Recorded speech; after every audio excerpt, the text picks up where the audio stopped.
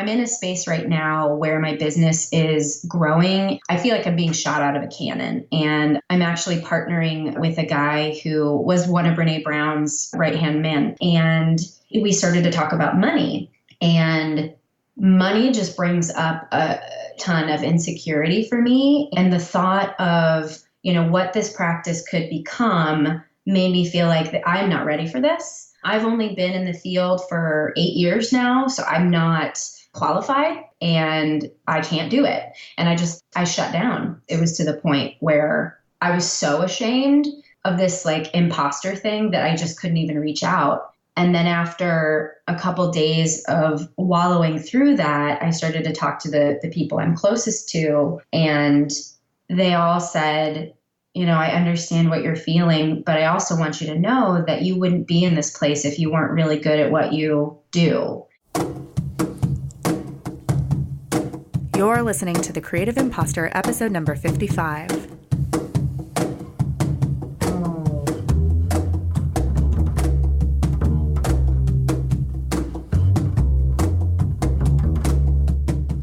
Welcome to The Creative Impostor. I'm Andrea Klunder, and for those of us in the U.S., you survived Thanksgiving. How's your digestion?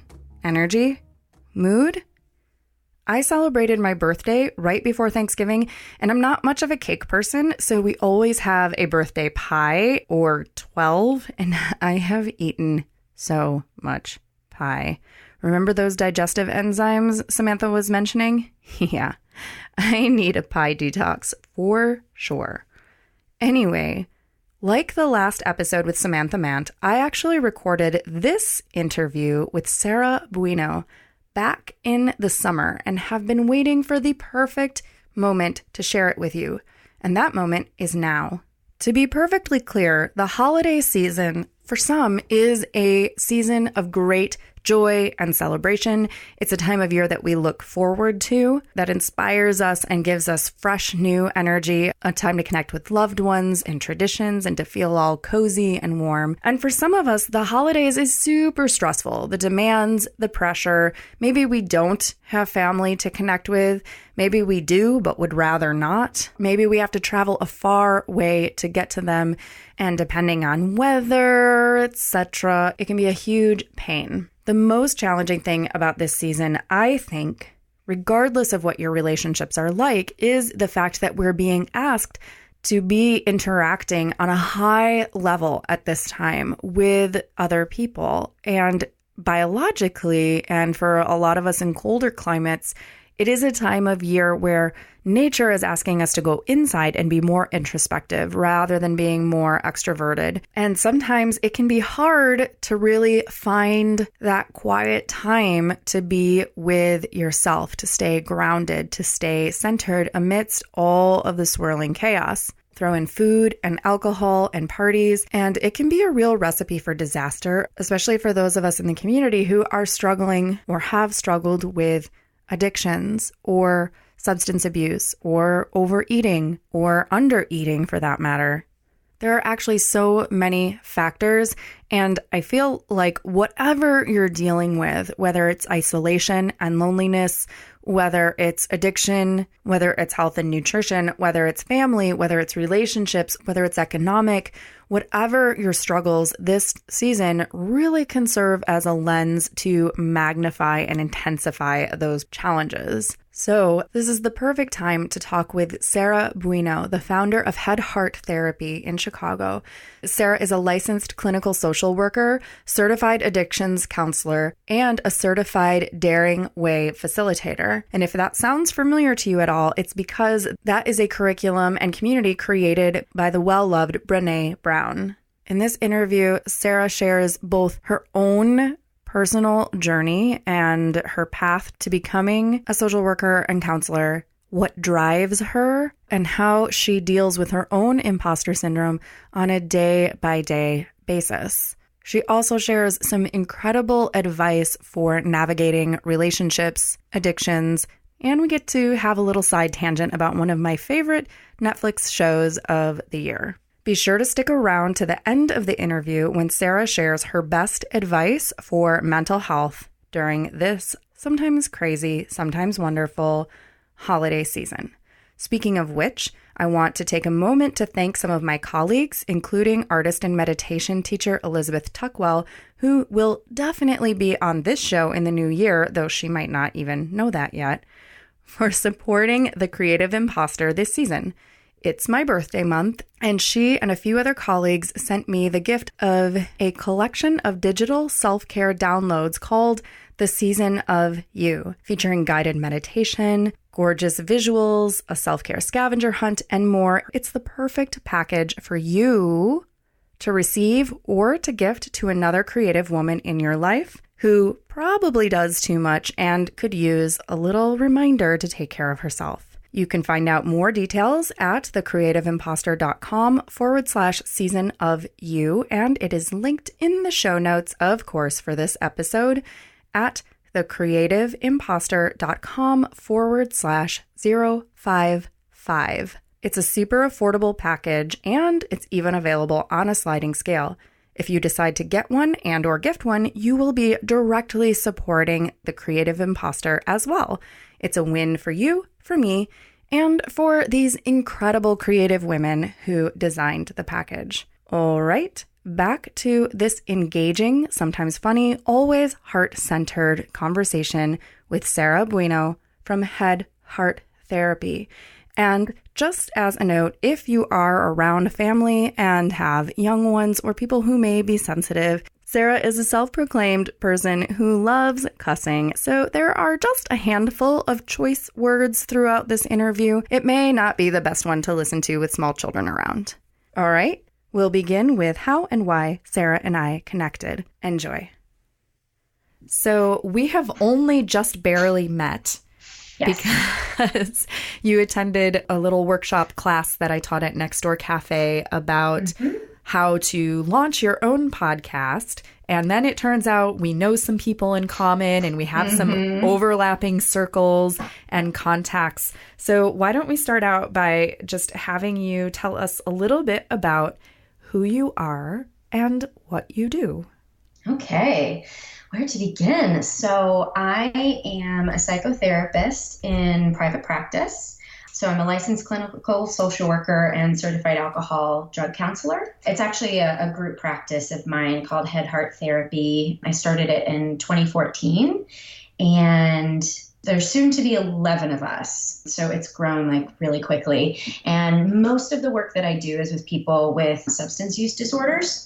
I teach at Loyola University, which is where I went to school, and I teach alcohol and drug information to the social work students there. And I do groups and treatment centers, which is actually the most fun thing for me because, we'll get into all the shame stuff later, but it's really exciting to give people new information that they've never heard before and kind of watch people like understand something for the first time. And that I always get to do that in the treatment center. So that's really fun. And then I'm also a professional musician. And so I sing in it's an international corporation, but there are different bands within different cities. And so there are probably about 100 to 200 musicians in the Blue Water Kings band in Chicago. And we do weddings and corporate events and all that kind of fun stuff. So that's like my mental health release where I just get to kind of play and have fun and not take care of anybody. So that's a little bit of what I do. All the things. All of the things, yes. I think very many people that I interview on this show are similar to me and similar to you in that we like to do all the things. Yes. Tell me, so you actually reached out to me and said, hey, here are all of the things that I do. And I'm really interested in this concept and this topic of imposter syndrome. And I think I can speak to that. What resonated for you about that message, or why did you want to be on this show, Sarah? So shame and imposter syndrome is caused by shame. And I'm also a certified Daring Way facilitator, which is basically I've just been trained by Brene Brown and her team on all of the shame research and curriculums that she and her team have come up with. I basically bring the message of shame resilience to all the clients that I meet. And shame is rampant with addiction, obviously. I feel like shame is at the core of everything. I've yet to meet a person who hasn't experienced shame in some shape or form. I guess I don't know a lot of sociopaths, luckily for me, I guess. And it's when people are able to name it, it's so transformative to see how people can move through life in a different way when they know what's plaguing them. How did you discover Brene, and what resonated for you about that work? I was graduating from Loyola in 2009, and she was speaking at a conference that I went to attend. That was a women's addiction conference. And when I saw her speak, I thought, first of all, I need you to fix me. So I need to learn all this stuff so that I can be free from shame.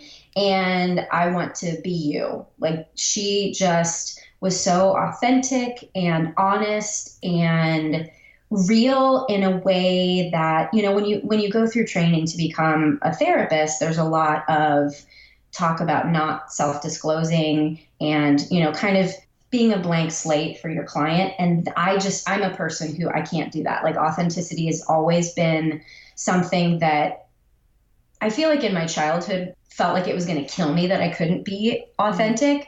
And so when I saw her speak, it just gave me this permission to be the kind of therapist that is more resonant with who I really am. And so I kind of became like her disciple and, you know, read everything that she did. And she came out with this curriculum, and I purchased the curriculum even though I didn't have anybody to use it with. And my therapist at the time, when Brene came out with the training program for the curriculum, it was really expensive. Like, at the end of the day, it was almost $10,000 to do the whole thing. Wow. And I was talking to my therapist about it, and I said, you know, is this worth it? I don't know. And she said, if you can find something that you believe in that really resonates with you as your niche, she's like, that's your thing, and go for it. And I'm so glad she said that and that I did it, because I would absolutely not be where I am personally or professionally without having done that work. So I really owe Brene for where I am right now in so many different ways. And how is it, even before discovering that work, how is it that you came to realize that you wanted to study social work and counseling and specifically work within the niche of addiction counseling? Good question. I mean, I have a crazy family, who doesn't? And I've always had this insatiable desire to understand myself and understand just the world and why people are the way they are. And to be totally honest with you, and any therapist who says anything different is a liar, don't trust them. We go into this to try to figure our shit out, like totally. And I grew up in a family where everything looked really good on the outside, but on the inside, there was so much pain and struggle. And I didn't have a name for it. I didn't understand why I felt as crazy as I felt. And I wanted to understand it better. So I'd been in therapy for my whole life. It was something I was always interested in. And I was at the time doing arts administration, working at Northwestern, and worked with a therapist around there. And I was just talking about like, oh, it'd be great if I could become a therapist. You know, I just don't know how to do it, blah, blah, blah. And she said, you know, it's only a 2-year grad degree and you don't even have to take the GRE. And I was like, what? Mm-hmm. And pretty much like just ran out of there and applied for social work school immediately. And I think I backed into social work not knowing that's really what aligned with my value system, but it's absolutely where I landed. I'm glad I did that rather than counseling or marriage and family therapy, because that's just like social justice and all of that stuff. Wanting to make the world a better place. I feel like that's the social work mantra. So that's how I ended up in social work. And then addiction. So the silly reason why I ended up in addiction is I wanted to be with a population where I could cuss. And like, honestly, that sounds really stupid, but I can't not cuss. So this is definitely going to be an explicit interview. But more realistically, it was really about being my authentic self and knowing that because I like to have my nose pierced and tattoos and crazy colored hair and whatnot, knowing that that population would not only tolerate that, but appreciate it and seek it. Actually, I can't tell you how many people have seen my picture on my website and said, oh, I think you'll understand me because you have tattoos, or you'll understand me because you have a nose ring. And then also, I don't want to get into too much detail to break people's anonymity, but there are people in my family who struggle with addiction, and being the loved one of somebody who suffers from addiction, again, like I wanted to fix it. I wanted to figure out how to help it and make it better. And the irony is that going through all the training, and then, I started Al-Anon as well to kind of support myself through this, is you realize you can't fix it. And it's really getting in touch with letting go of that desire for control. And I can help and love my clients in a way that I can't help and love my family. I'm so glad you said that, because not in terms of addiction specifically, but I definitely have had that experience and talked to a lot of other people who have had the experience where there's a problem that someone in your family or a loved one has. In my case, I think it has to do a lot with health and wellness and like nutrition, diet, lifestyle, like those kinds of things. I did not grow up with a healthy lifestyle. I did not grow up eating. I mean, we would eat fast food like 3 to 5 times a week at least. Like McDonald's was a common dinner for us. And, it wasn't that my parents weren't trying, and it wasn't that they were lazy, and it wasn't that they were trying to, what I would consider to be, poison us. At that time, they really were doing their best with what they had available. But I thought that was the norm, to go through the McDonald's drive-thru for dinner, 5 times a week or whatever. And then in my adult life, I started to notice, once I got to college, and I started to notice weight gain, and I started to notice low energy levels, and I started to make connections for myself of, oh, if I drink 3 cans of Coke a day, I feel horrible. Right. And I can't focus and I can't concentrate. But, if I limit it or eventually cut it out completely, it started with limiting and then eventually was cutting out completely, I feel a lot better. And once you start making those realizations, and then I went on to study yoga and meditation and learn more about nutrition and things like that, I'm like, oh, great. Here is the information that's going to save everyone in my family and my life. And now I can bring all of these things that I've learned and that I'm implementing in my own life to them, and they're going to have better lives. And it just doesn't always work that way, or maybe never works that way. Everyone. Yeah. Right. Yeah. I mean, I'm definitely, and I still really struggle with it. Just this desire to, I feel like I have a lot of joy in my life, and I want everyone to have that same level of joy. And so I'm a joy pusher. And if I find something that works for me, I totally want everybody to do it. I'm the same with meditation. Like, I am really super annoying with my clients about trying to get them to meditate, because it's absolutely changed my life. And I think it's also true, going back to what you said about getting into counseling and social work because you wanted to figure your own stuff out. And often it's kind of a cliche at this point, I think, in the self-help world, that we teach what we need to learn. One of the things that I like to explore in this podcast is how we define authenticity, because it's definitely a buzzword right now of like, oh, be authentic, be yourself. Authenticity is so important. But defining it is a little bit harder.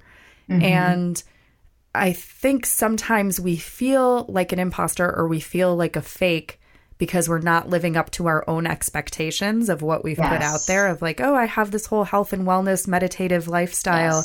But if people really knew how inconsistent my meditation practice sometimes can be, they would be like, oh, who are you to teach meditation when you have an inconsistent practice? Or, who are you to recommend that I cut sugar when I see you eating that big piece of chocolate cake over there, or whatever it is. Yeah. But we often are seeking out, well, how we want to improve ourselves, and then wanting to share that with others. And then by sharing that with others, it helps us stay more accountable to ourselves. Does that make sense? Does that resonate with you? Oh, God, yeah. And especially, I mean, as a therapist, there's this power differential and this assumption from my clients that they think I've got all my shit together. And one of the ways that I practice authenticity with my clients is in a very thoughtful and mindful way. I tell them when I'm struggling. sometimes I've got this one client in particular that I swear I am like just two steps ahead of him in my own therapy practice. And so it's kind of funny that I almost feel like we're walking the same path, nearly hand in hand.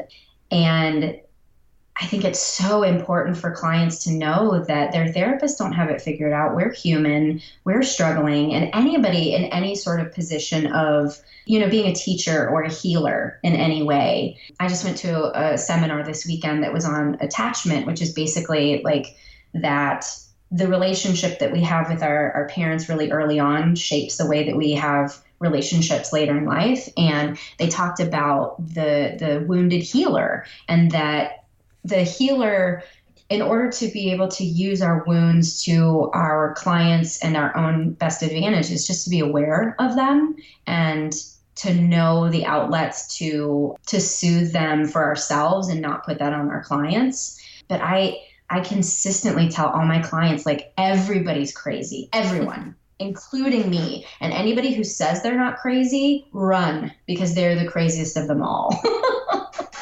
And that takes a great deal of self-awareness, as you said, in like recognizing what your wounds are, recognizing where you fall short of the ideal that you want to embody. That takes a great deal of self-awareness that not everyone has, or not everyone has had the opportunity to develop. Can you think of a time or a specific moment when maybe you did really feel like an imposter, or really feel like you were projecting something that was not how you felt, either in your personal life or in your professional life? Do you have any specific examples? Oh, yeah, last week. So despite all the self-awareness. Yeah, well, self-awareness, it's really self-compassion that actually is I think, salve to heal a lot of this stuff, because self-awareness just creates more pain, let's be honest. But so I'm in a space right now where my business is growing. I feel like I'm being shot out of a cannon, and I'm actually partnering with a guy who was one of Brene Brown's right-hand men. So he and I are creating this big thing, and we started to talk about money. And money just brings up a shit ton of insecurity for me. And the thought of, what this practice could become made me feel like that I'm not ready for this. Who am I? I've only been in the field for 8 years now, so I'm not qualified to be, potentially running a treatment center and this big thing that could potentially be a countrywide organization. I'm not qualified, and I can't do it. And I shut down. I kind of went through my day and could like show up for my clients, could show up for, the things that I needed to do. And then I came home from work and I just ate everything in my house. And just like you're talking about, like sugar and all these things that I know don't serve me and that I really try to abstain from as much as possible to just feel okay. I ate all of it and watched all of the TV, and Handmaid's Tale has put me into this anxiety spiral that I can't even. And I just sunk and didn't want to talk to anybody. I'm the kind of person who externalizes everything. So if I'm feeling bad, everybody's going to know it because I need to like regulate myself. But I couldn't even do that. It was to the point where I was so ashamed of this like imposter thing that I just couldn't even reach out. And then after a couple days of wallowing through that, I started to talk to the people I'm closest to, and just explaining what I was going through. And because it's funny, I am an empathy snob because of working with Brene's stuff. I know the technical pieces of empathy, and I know when somebody's not doing it, and I refuse to tolerate anything less than real empathy from my friends. So my friends are really well trained in it now as well. And I mean, most of my friends are therapists at this point, but they all said, I understand what you're feeling, but I also want you to know that you wouldn't be in this place if you weren't really good at what you do. So just know that I love you, and that's what I think of you, and that's why you're in this position. And after like hearing that from like 3 or 4 people, it was like a fake it till you make it sort of thing. And like, okay, I don't feel this way right now. I feel like just absolutely not good enough. But the people that love me, I really respect them, and it would be disrespectful to not listen to their opinions. And so I just kind of trusted that maybe this is going to be okay. And then kind of got back into my groove of, I do just have this sense of everything is going to be okay, even if it's not, because somehow I always have landed on my feet in my life. I've taken a ton of big risks, and I don't want to say I've always succeeded, because I think success is measured very differently. But when I look back on all the chances that I took and the risks that I took, I'm always glad that I took it. So in that way, it's always been a success. But yeah, it's a really scary time right now. And I think in any given day, I go in and out of feeling like, yeah, I can fucking do this. And then like, holy shit, I'm not even going to get out of bed today because this is way too scary. And I'm not going to check my email. I'm not going to respond to that email because I don't even know what to say. So every day. Mm-hmm. When's the last time you felt imposter? Every day. Mm-hmm. That was one of the things that inspired the topic for this podcast, over however long ago that was, in the end of 2015, when I first launched, is this feeling that I get when I look at other people around me who I am like, wow, she is so confident. Wow, if only I had my shit together as much as she does, I would be as successful as she is. And then this weird realization that other people were looking at me and thinking the same thing. Exactly. And that would blow my mind, because I was like, have you seen my bank account? Have you seen me sitting on the couch, huddled up in a blanket, binge watching Netflix on some days, where I just can't? Yes. And then, it's just all this perception. And I think that it's important to highlight that you allowed yourself the wallowing time, because I think sometimes we take the wallowing time and then feel horrible about it or feel guilty about it.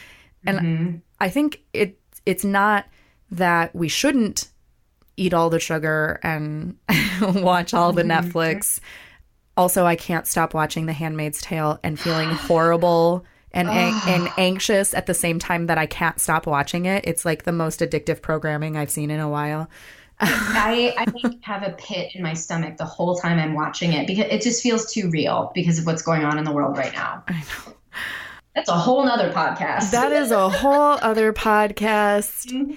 And I studied, this is also one of those complete tangents, and then I'm going to bring it back to imposter syndrome. But I studied film and mass communication and television and broadcast media in college.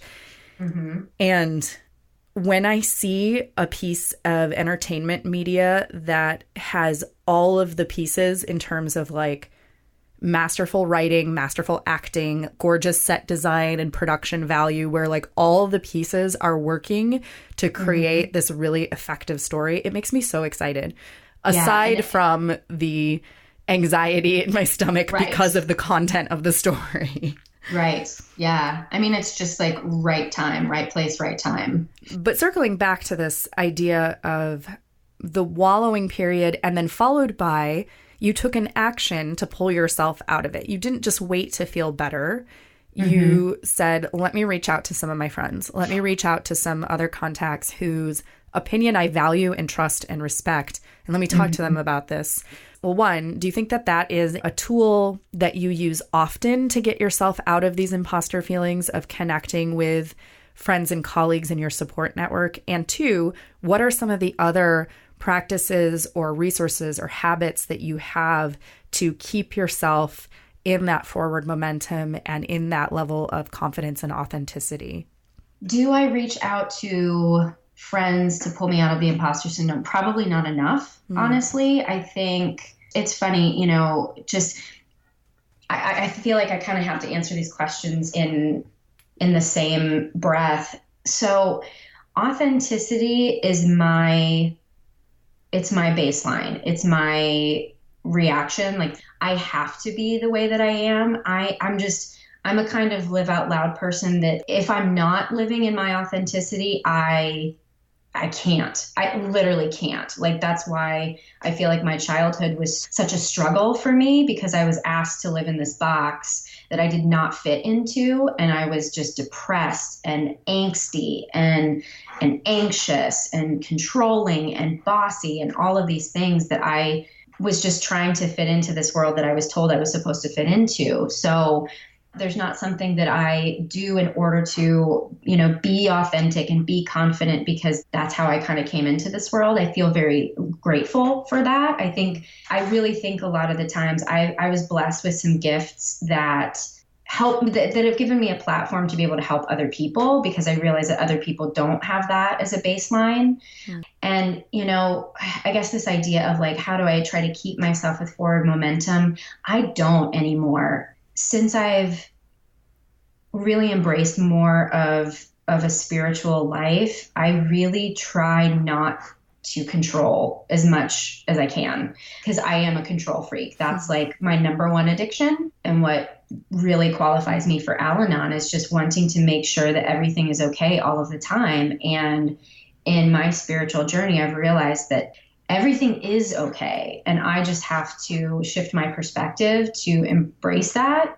I think my clients have this idea, especially people who struggle with addiction. I can't tell you how many times I have heard them say something like, well, everybody else is happy and, I'm the one who's crazy and screwed up and, I'm the addict and all of this stuff. And I'm like, dude, our baseline is not happiness. Like, our baseline is contentment, and we have to cultivate joy. We have to actively seek happiness.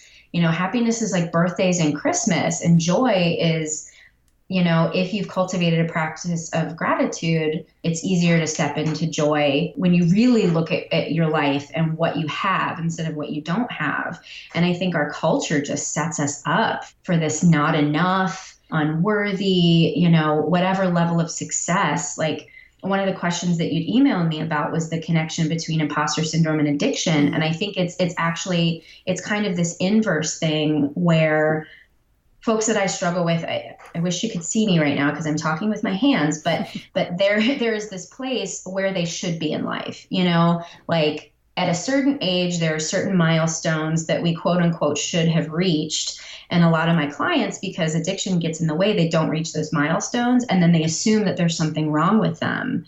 And the space between that is all of this shame and all of this should stuff that everyone thinks that they're supposed to do. And I just reject that, because the more people that I work with, the more people that I meet, everybody's doing it differently. And like you said before, we're all doing the best we can. And if we live like we believe that people are doing the best they can, and we can't help but accept the way that things are, and of course want to try to make the world a better place, but also have to accept our limitations in being able to affect change in that way. So what are some practical tools or resources that people can turn to, or that you recommend or use in your practice to help people shift? Because I think I've heard you say a couple of times, shift perspective. To shift perspective and looking at what you have versus what you don't have, where you are versus where you think you should be. Developing this baseline, like I love this concept of actively seeking happiness and joy, having to make that a conscious choice to cultivate it rather than something that you're just supposed to naturally have already. Yeah. Well, I guess before I get to the tools part, I want to make sure that people understand that this is not a Stuart Smalley sort of like, I'm good enough, I'm smart enough, and gosh darn it, people like me. I think the whole self-esteem movement in the 80s fell short, because that's kind of what we were doing, is we were telling people, no, you're great, even when you're not great. So there's this balance of being able to accept and acknowledge and hold the pain that we suffer when things are not the way that we want them to be, but at the same time, then recognize what we have. So it's like a dialectical thing that's really hard for a lot of people. I think we're raised in to think that things are good or bad, right and wrong, but inherently many things are both. It just depends on the way that you look at them. So kind of like you mentioned earlier, when I was struggling with the imposter syndrome, is giving myself time to like wallow in that pain. We have to feel the feelings. And that's something we are so bad at, I think, in Western society. Nobody wants to feel pain. We are all trying to avoid suffering at all costs. So part of it is giving yourself space to feel the feelings. And I think music is a really good way to connect to that. Music is empathy. And like I said before, like I'm an empathy snob. It is the antidote to shame. And music is the best way to get it. Like, even if you can't connect to another person, you can always find a song that can make you feel like, oh, yeah, somebody totally gets me.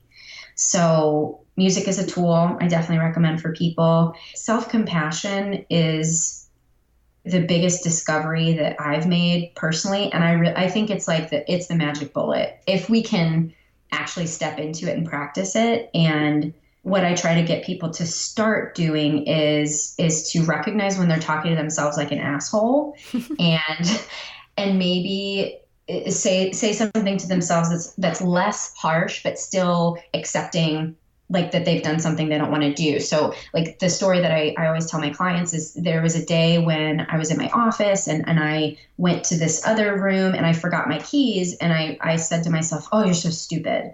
And I recognized in that moment, like, wait a minute, I'm not stupid. Like, that's just a mistake. There's no reason to be beating myself up for that. And so I started saying silly instead of stupid and like just kind of shifting it over time. And now in the years that I've worked on that, I've changed my self-talk tremendously. And it hasn't, it's not been this like, everything's better now. I'm a wonderful person all the time. But it softened it so that I have space to then practice self-compassion. I've at least gotten the beating myself up out of the way. And now what I'm really working on and what I recommend to some of my clients is when you're in a moment of struggle, recognizing that and telling yourself like, wow, this is really hard. And it's normal that it's hard. And it's normal that you're feeling sad or scared or mad or whatever the situation is, instead of trying to fix it.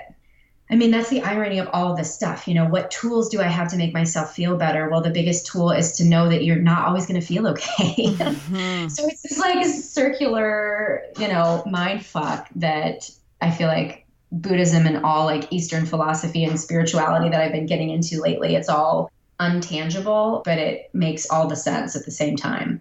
That totally makes so much sense. I love this idea that you don't need to fix yourself, that you can work on shifting your perspective and work on improving your state of mind, but not feeling like you have to be okay and happy and great 100% of the time. Yeah, no, absolutely not. And I am not okay 100%. No. Sarah, tell me, what are you most excited about in your life and work right now? Well, I think this growth with the practice is, I like kind of feel sick to my stomach talking about it because I'm so excited but so scared. I really am like equally terrified and excited because there's a lot of treatment centers in Chicago, and we really want to do something a little bit different and a little more client-centered. Addiction work has been changing over the past couple decades, and now we're really looking at it from a trauma perspective and a holistic perspective. And I'm really excited to bring in some more like energy type work. One of the things that actually I listened to, I think it was your last podcast with Charlotte, and I ended up having a call with her because I was like, ooh, I want to talk to you about intuition and stuff, because I really want to help clinicians really tap into their intuition more and their psychic capabilities, to be honest with you,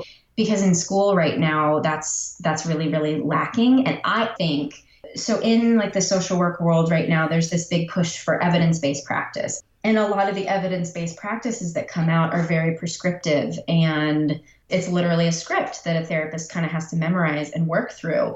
And I think that those tools are great because they help get people to baseline, but they don't help people find joy. And I think what helps people find joy is when we can tap into our intuition and figure out, like, are people actually living the values that they want to be living? And oftentimes they're not.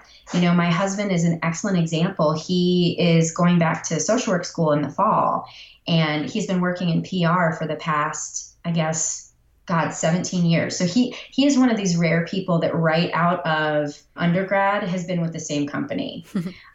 Like, that doesn't happen anymore. And he has been struggling for so long to figure out, like, what job do I need to have in order to be happy? And then thinking, I have to leave the company and all this stuff. And finally one night at dinner, I was just like, honey, I think you need a new career. And it scared the shit out of him. And then after he thought about it a little bit longer, every time he's talked to a career coach, they've said, you should be a teacher or a therapist. And, he'd just kind of gotten caught up in this rut, in this rat race, thinking that he had to just keep doing what he was doing just because he had a good salary. So he's a really great example of, like, you have to stop and get off that treadmill and figure out what actually will bring you joy. And what's going to bring him joy is helping people. And I think some of the young therapists that are getting trained don't, like, it's just so funny when I ask my students questions like, have you heard about empathy and how to, utilize that with clients? And they're like, no. Like, what? Empathy is the basic skill of being a therapist. And if you don't know the components of empathy, you might be a really shitty therapist. Mm-hmm. And I think we have to be able to tune into our own stuff. And so many people don't do that. So I can't even remember what you asked me. Oh, you asked me what I was excited. I'm excited about changing the world. Like, it's exhausting, all of the things that I want to do in my lifetime. I know I'm not going to get all of them done. And I try to practice letting go of all of the things that I will not get to do. So again, I feel really grateful that I have a lot of gifts that I get to use. Cause I work all the freaking time, but I love it. It doesn't feel like work. It feels like this is what I'm supposed to be doing with my life. I'm supposed to be using my authenticity and my fearlessness as a tool to help other people do the same thing. And normally my next question would be, what is challenging you most in your life and work right now? But I sort of feel like it's the same answer. Exactly. Yeah. Yeah. Like I said, I am equally parts terrified and excited about my future and my career. I think that's a really good place to be, even though sometimes it feels wonderful and sometimes it really sucks. Yeah. That's why I have wonderful people in my life that love me so much that I just can run into their arms when I need to. So for someone who's listening to this episode and thinking, yeah, I really struggle with what I'm going to go ahead and call an addiction to needing to project that everything is okay in my life, or I'm really struggling with allowing myself to feel every feeling and let myself sometimes not be okay and let that be part of my authentic experience. Or somebody who is struggling with feeling like a fake or feeling like an imposter or feeling like they're not fully aligned with their authenticity. What advice or words of wisdom could you share for somebody who's just on that edge where they're ready to shift their perspective? Connection. I mean, that's the first thing that came to me as you were asking that question, because the whole imposter thing is that we think we're doing it alone and we think that we have to do it alone. But we are not alone. With self-compassion, there's this idea of common humanity, that we're all facing the same struggles. And I believe that now. And when I'm in moments of feeling sorry for myself or feeling not good enough, I forget that. And that's a tool that I really have to reach for and remind myself that I'm not any more special. Like, the opposite of common humanity is terminal uniqueness, where like I'm the most fucked up person and you'll never understand how fucked up I am. And that's where I love to wallow when I'm feeling bad for myself. But when I connect with other people, I'm always reminded that even though, the details of their struggle are different, the feelings underneath them are exactly the same. And I've been trying to start a group of other therapists who own practices so that we can all get together and talk about how difficult this is, how hard it is to feel responsible for other therapists and to do the business stuff right. And, all the networking and, you want to have a great reputation in the community, but yet you also want to be authentic so that people know you're a good therapist. And it's too much to try to keep it up. And so I just have to tell other people what I'm going through. I have to connect. I think the hard part sometimes for people is finding the people who can empathize with them. But we have to teach people, like I told you earlier, I taught my friends in my life how I need to be empathized with. And that is our responsibility. We have to tell people what we need. And if you don't have the kind of people in your life who can empathize with you, go find some, because we absolutely need it. Connection is the only way, I think, through all of this. Is there anything else that you want to share or that you feel like you need to say that we didn't quite get to today? That's a really good question. I feel like I said a lot. I feel like I rambled a lot and I have no idea what I said to you. So I hope that when you listen back, you'll be like, oh yeah, there was some good shit in there. What do I want to say that I didn't say? I mean, I want to say something cheesy like everything's going to be okay, but that is, but it is. I don't know.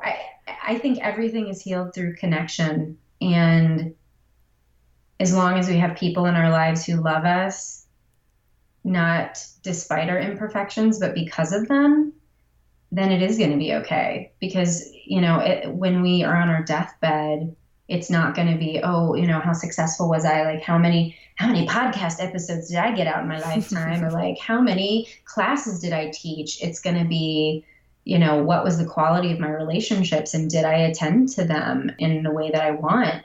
And so that's what I always try to remind myself, my clients, people in my life. Like, and it's not just about connections with the people that you love, but the seemingly meaningless interactions, with your Starbucks barista, like just actually smiling and looking somebody in the eye. I mean, that's the shit that brings me joy, is just the little day-to-day, seemingly meaningless connections. And that's just reminds me of like the interconnectedness of all things. Everything that we do, say, think, breathe affects everybody around us. And I am trying to inject love, rainbows, and unicorns into the world as much as I possibly can. And that's my hope for everybody. It sounds so cheesy, but that's how I feel.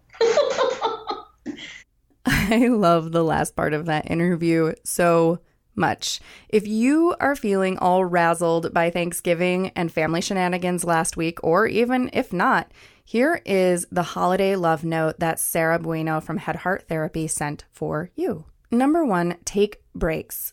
Lots of time with family can be intense, so make sure there's downtime. Maybe take a walk or offer to pick something up from the store. Give yourself a breather when you feel you need it. Number 2, pick your battles. There's still likely to be discord in politically diverse families, and while we all must remain diligent in our social justice quests, conservative Uncle Joe probably won't change his mind because of the one fact you share. People don't respond to facts anyway, they respond to feelings. I highly recommend Sarah Silverman's show, I Love You, America, because she's done an excellent job of making space for conversation and empathy, even when we strongly disagree. And it's just hysterical at the same time. Number 3, be mindful. Family can push our buttons more fiercely and quickly than anyone else, and shame is often one of the strong emotions that gets kicked up by our nearest and dearest. Shame wants us to either fight, flee, or people please. So when you feel those urges coming on, take a time out. Excuse yourself from the moment until you're able to get back to your authentic self and respond mindfully. Number 4, reach out. When you do experience shame, the best thing to do is connect with someone who can understand. Keep in mind the friends you have who have lost family members. They're in the unique space of not having to deal with the hassle of family, but maybe dealing with grief or loneliness. give those folks a call and see how they're doing. And that'll help you disconnect from whatever crazy is being stirred up within you as well. I, Andrea, would like to also invite you to get a complimentary guided audio meditation called Metta, which can really, really help when you're feeling stressed out by other people or feeling a sense of shame. If you're already on the Creative Impostor email list, you have probably already gotten this in your inbox. And if you haven't, head over to thecreativeimpostor.com/magic and I will send it to you. Interestingly enough, just like in Samantha Mant's interview last week, Sarah concluded her interview talking about the importance of connection and community. And as someone who tends to be more introverted and is perfectly happy staying at home with my partner and or my cat and working by editing podcasts with my headphones on, even in the midst of a busy coffee shop, it is not always easy to take the effort and the initiative and find the right community that really is the best fit for you and energizes you and supports you. And that is why I have been working on creating such a community that may, if you're into this podcast, and I think you are because you've been listening, may be a good fit for you. Whether you are in Chicago or not, I have designed some brand new Creative Impostor Studio memberships for 2018. You can learn all about them at thecreativeimpostor.com, linked up in the show notes for episode number 55. That's thecreativeimpostor.com/055. You can also get links to connect with Sarah, reread those super helpful holiday mental health reminders, and link to the Creative Impostor Facebook group where I am offering weekly live video meditations throughout the season, and so much more. This episode was mixed by Edwin Ruiz of Mondo Machine. Our theme music is by Jovia Armstrong. I thank you so much for listening, and I am wishing you a week filled with the space, presence, and self-compassion to shift your perspective and be a little kinder to and more patient with yourself.